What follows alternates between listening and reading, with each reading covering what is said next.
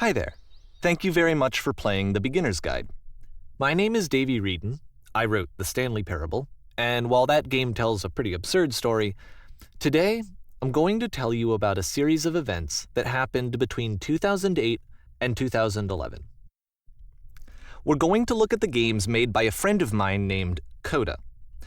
Now, these games mean a lot to me. I met CODA in early 2009 at a time when I was really struggling with some personal stuff, and his work pointed me in a very powerful direction. I found it to be a good reference point for the kinds of creative works that I wanted to make. So just to start you off, this is, I think, the first game he ever made. It's a level for Counter-Strike. You can walk around here, by the way. And mostly it's just CODA learning the basics of building a 3D environment. But what I like is that even though he starts from the simple aesthetic of a desert town, he then scatters these colorful abstract blobs and impossible floating crates around the level. And of course, it destroys the illusion that this actually is a desert town, and instead this level becomes a kind of calling card from its creator. It's like a reminder that this video game was constructed by a real person. And it kind of makes you wonder, what was going through his head as he was building this? This is what I like about all of CODA's games. I mean, not that they're all fascinating as games, but that they are all going to give us access to their creator. I want us to see past the games themselves. I want to get to know who this human being really is. And that's exactly what we're going to do here. So, it's 2008, CODA starts making these games, and he never releases any of them. He doesn't put them onto the internet, he just makes them and then immediately abandons them, and they sit on his computer forever. And I think he really understood this image of himself as a recluse. At one point, he jokingly renamed his computer's recycling bin to Important Games Folder.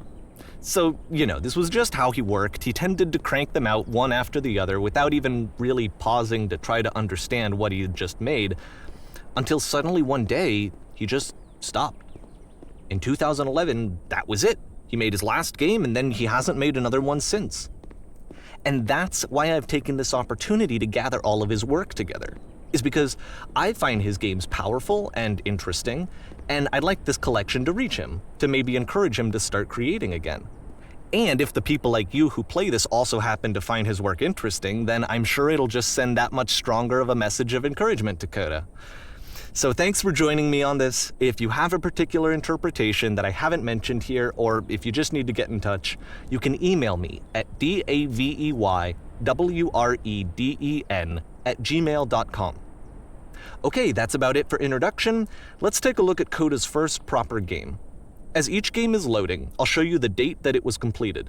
This first one was made in November 2008.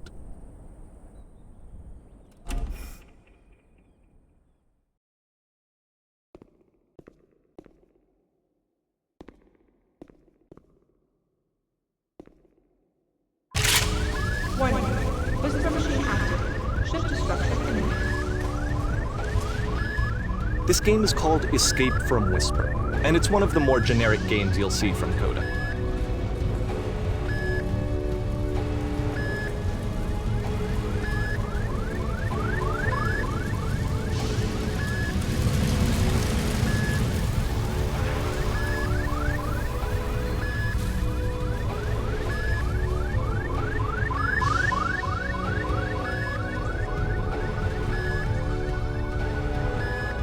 Security call breached. Hostile alien life forms inbound. It kinda looks like this game was abandoned mid-development. For instance, you have this gun, which you'd think would indicate that there are supposed to be monsters or enemies somewhere, but then clearly there are no enemies anywhere. You can't even reload the gun when you run out of bullets. But ultimately we don't really know. Maybe CODA thought that actually it was complete the way that it is. And I think that we should talk about his games for what they are, rather than for what they're not. Enemy force neutralized. Begin shooting activation.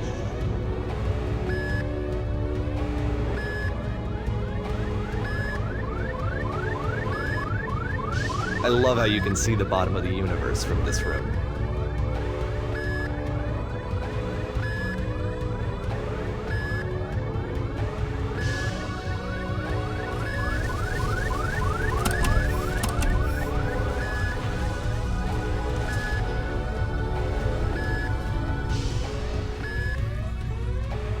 Apparently this space station has a labyrinth on it. Sure, I don't know. There's really no reason for it that I've ever been able to discern, so in the interest of time, I'm just gonna skip you on past it.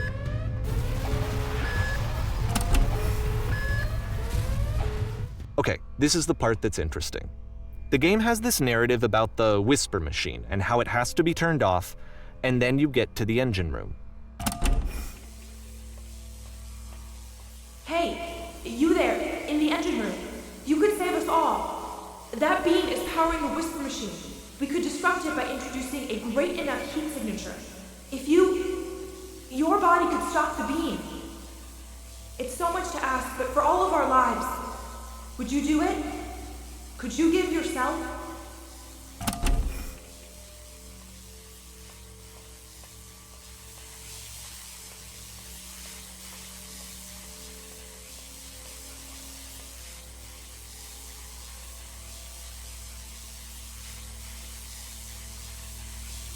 This is not a branching point, unfortunately. The only option is to step into the beam.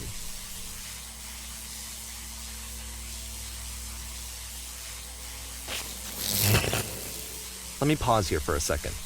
What you just experienced, stepping into the beam and then dying, is probably what CODA had initially intended when he was developing this level.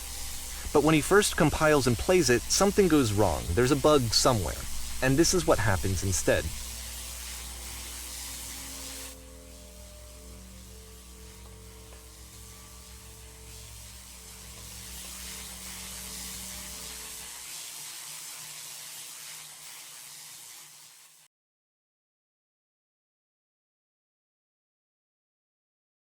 The beam causes you to start floating.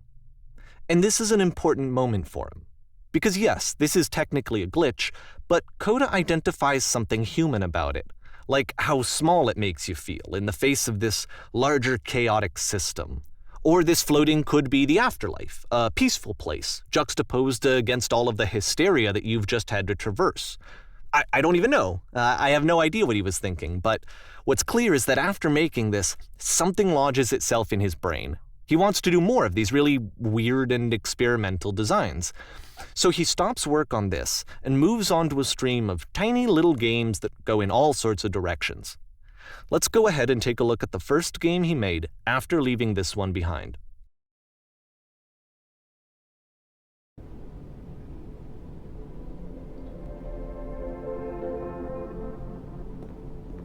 Yep, in this game you can only walk backwards.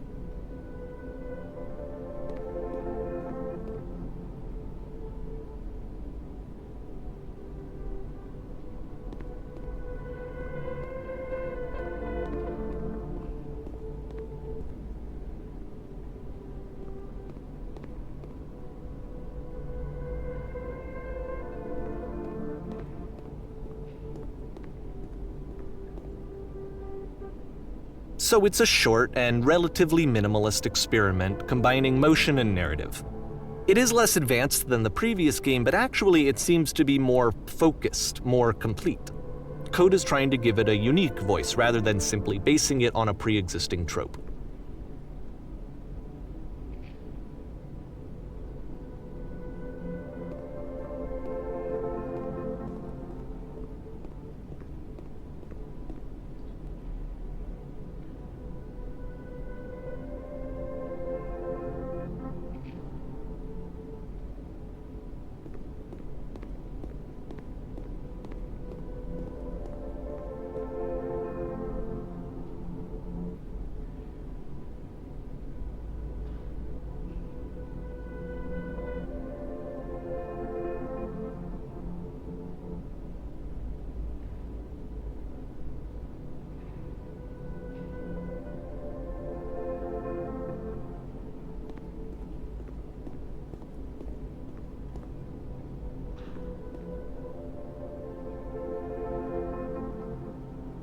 It's a short little thought, it says what it wants to say, and then it ends. Didn't need anything more than that. Which to me is why it works, because it gets out quick. Okay, next one.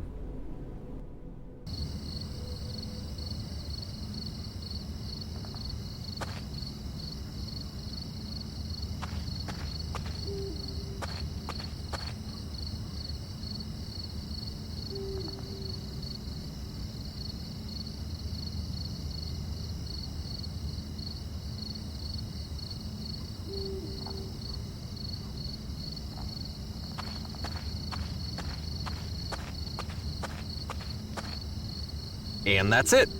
Okay, the meaning of this game won't be clear just yet. Please be patient with me for a few more games, and I promise you'll see what makes it interesting. Oftentimes, CODA would put bizarre titles like this one at the start of his games. I wish I'd known him at the time that he was making these early games. He would really only talk to me about his work as he was making it.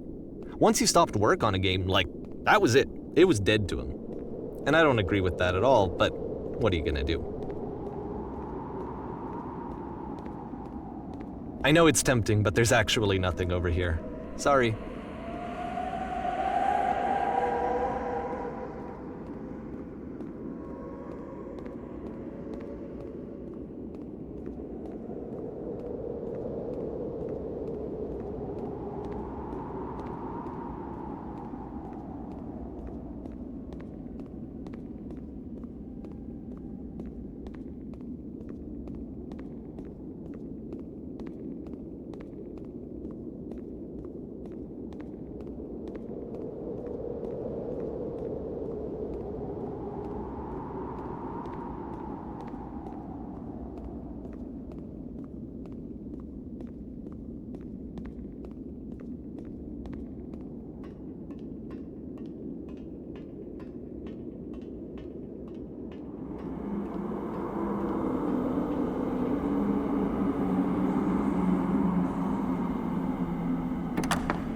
Once you've been slowed to an absolute crawl, the door at the top of the stairs opens. So why, if CODA's not showing these games to anyone, why bother opening the door at all? Well, to show you, I'm modifying the game here so that when you press the use key on your gamepad, it'll bring you back up to full speed so you can enter the door for yourself.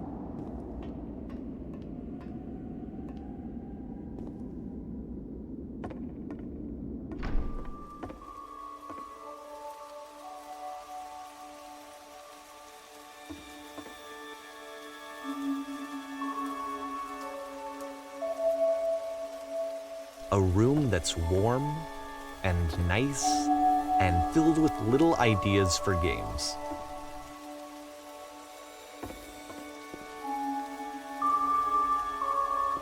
CODA would often tell me that he didn't mind if people thought of him as cold or distant. He said that he knew that he was actually a vibrant and compassionate person, but that it takes time to really see that. It can be a very slow climb to get there.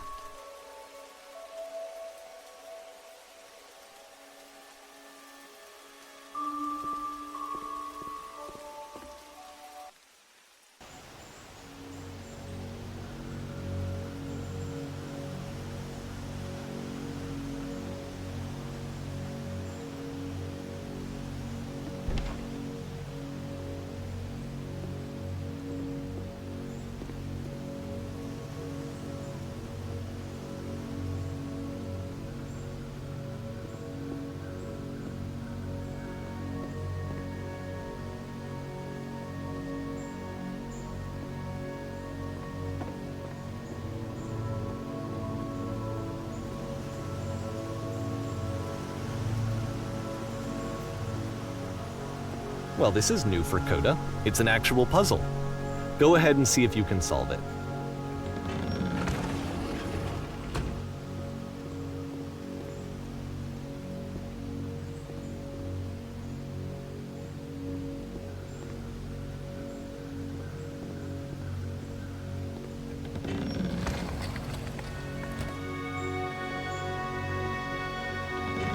Don't forget that solution, because we're going to see this puzzle again soon. We're going to see it a lot.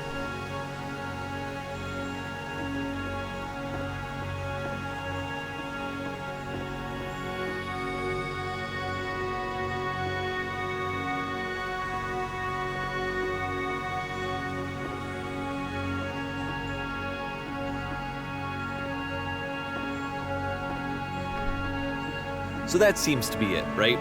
You walk down a corridor, you solve a puzzle, you get to the end. Simple enough. Alright, now I'm going to modify the game again, so that when you press the use key on your gamepad, it'll remove all of the walls from this room.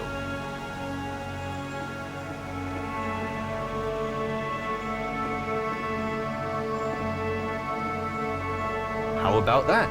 There was more to it than we had any way of knowing. I actually find it funny that this game comes after the stairs game, since they essentially convey the opposite idea. So, in the stairs game, a dull exterior concealed a rich interior. And then, in this level, a dull interior hides this fantastic outer world. Either way, I think that the point is the same, is that most of the time you don't get to know what you're missing, or even that you're missing anything. That's not your role as a player.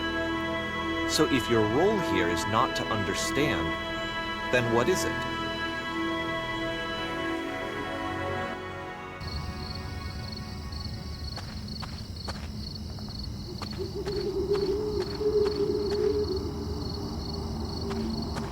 Aha! So, this, combined with the entering game from earlier, tells us that CODA believes his games are connected somehow. It could even be that the stairs game and the puzzle game are literally connected in between this and the entering game. There's a bigger picture that all of his games are meant to play a role in, some larger meaning that we won't be able to grasp until we've seen all of them. And once we have, we can step back and start to understand what exactly that bigger picture is.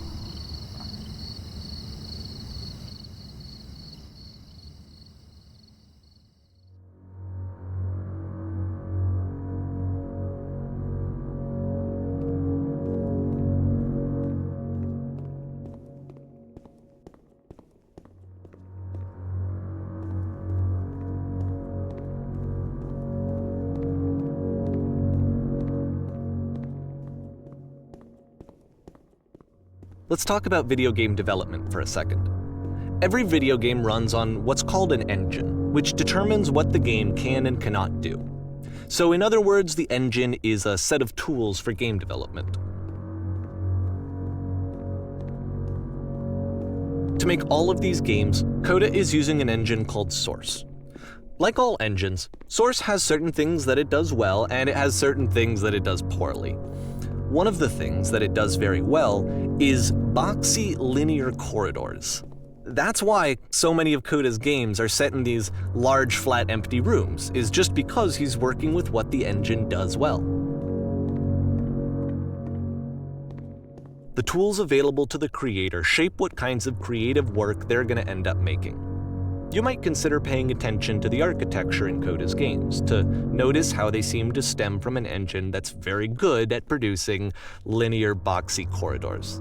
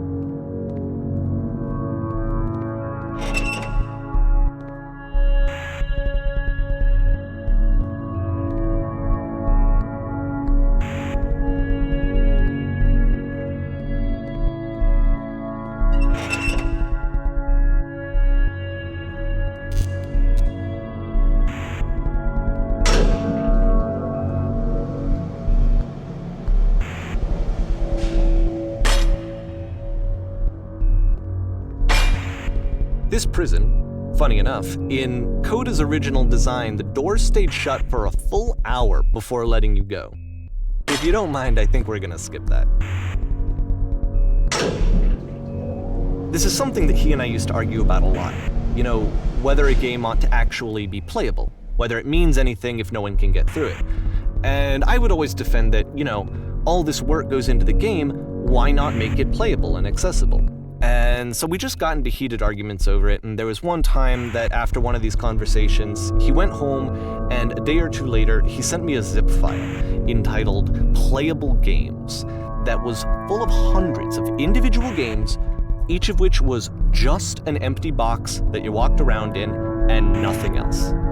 Believe me, I played every single one of those just to find out if there was like a gag hidden somewhere. There wasn't.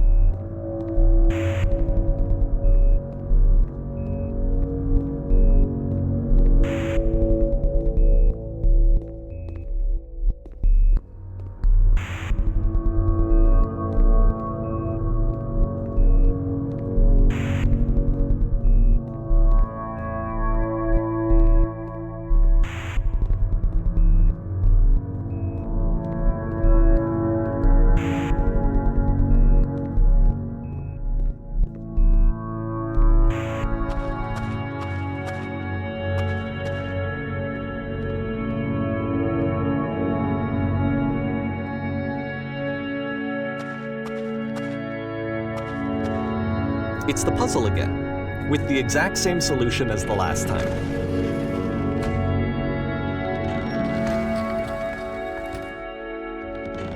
There's still no clear indication of what makes this puzzle so special that CODA is going to return to it over and over. But I promise I'll share with you my interpretation very shortly.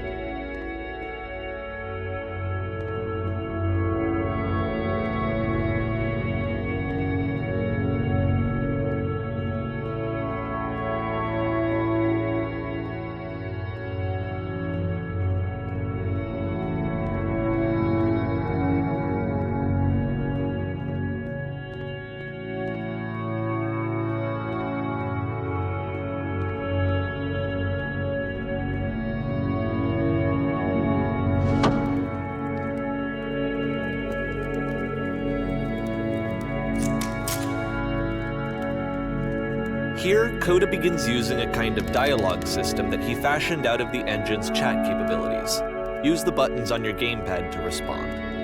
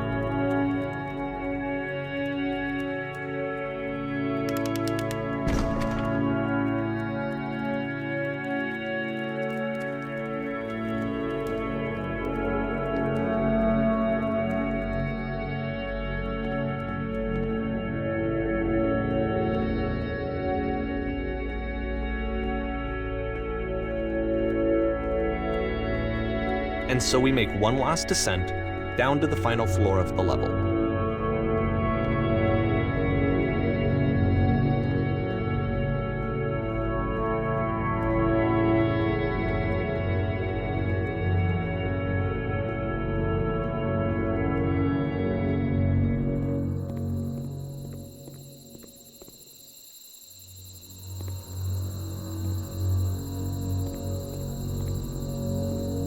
It's a lamppost. Okay, I can't tell you quite why, but for some reason CODA fixates on this lamppost. It's going to appear at the end of every single one of his games from here on out. I'll tell you what I think. I think that up to this point, he's been making really strange and abstract games with no clear purpose, and maybe you can only float around in that headspace for so long. Because now he wants something to hold on to. He wants a reference point. He wants the work to be leading to something. He wants a destination, which is what this lamppost is. It's a destination. We're going to see it in the work as well. His games are just going to become a lot more cohesive, a lot more fully developed, with more of a clear idea behind them. And as we go, that idea will get clearer and clearer and clearer.